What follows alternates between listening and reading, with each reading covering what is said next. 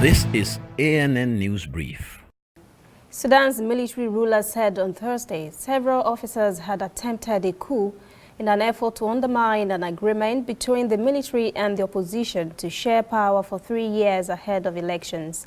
Head of the Transitional Military Council Security Committee, Jamal Omar Ibrahim, said on Sudanese television the thwarted coup involved a number of retired officers and officers still in service. He added that 12 had been arrested and 4 detained in connection with the attempted coup.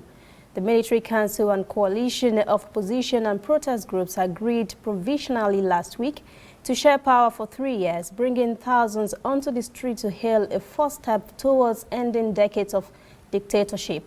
The deal has revived hopes for a peaceful transition of power in a country plagued by internal conflict and years of economic crisis.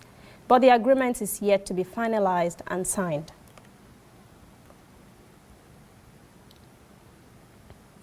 Antonio Guterres, the UN Secretary General, has demanded effort to prevent violent extremism and terrorism from happening in Africa at a high-level African Regional Counterterrorism Conference held in Kenya's capital, Nairobi.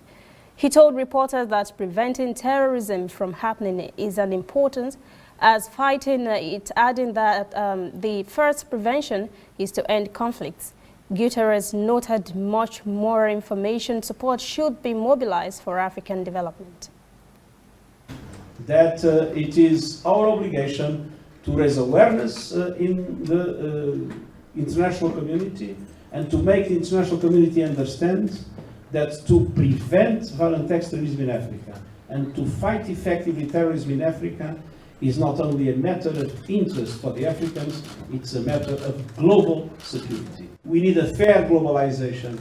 We need a globalization with opportunities for all. We need to make sure that nobody is left behind, that nobody feels discriminated or abandoned. Thank you. We'll return after this message. We are on the road every day, canvassing throughout Africa for news you really need.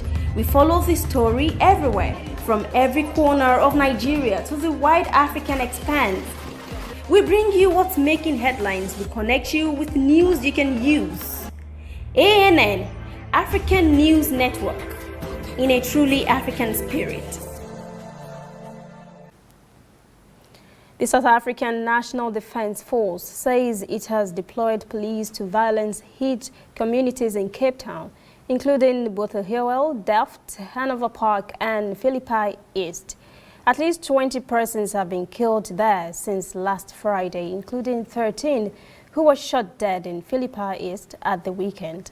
The Office of Police Minister Becky Selle said the deployment was part of extraordinary measures that needed to be taken to ensure public safety. Local reports say the recent upsurge in violence is due to a tough war between rival gangs fueled by retaliation attacks. There is heavy police presence in some of those communities as officers await the arrival of the army.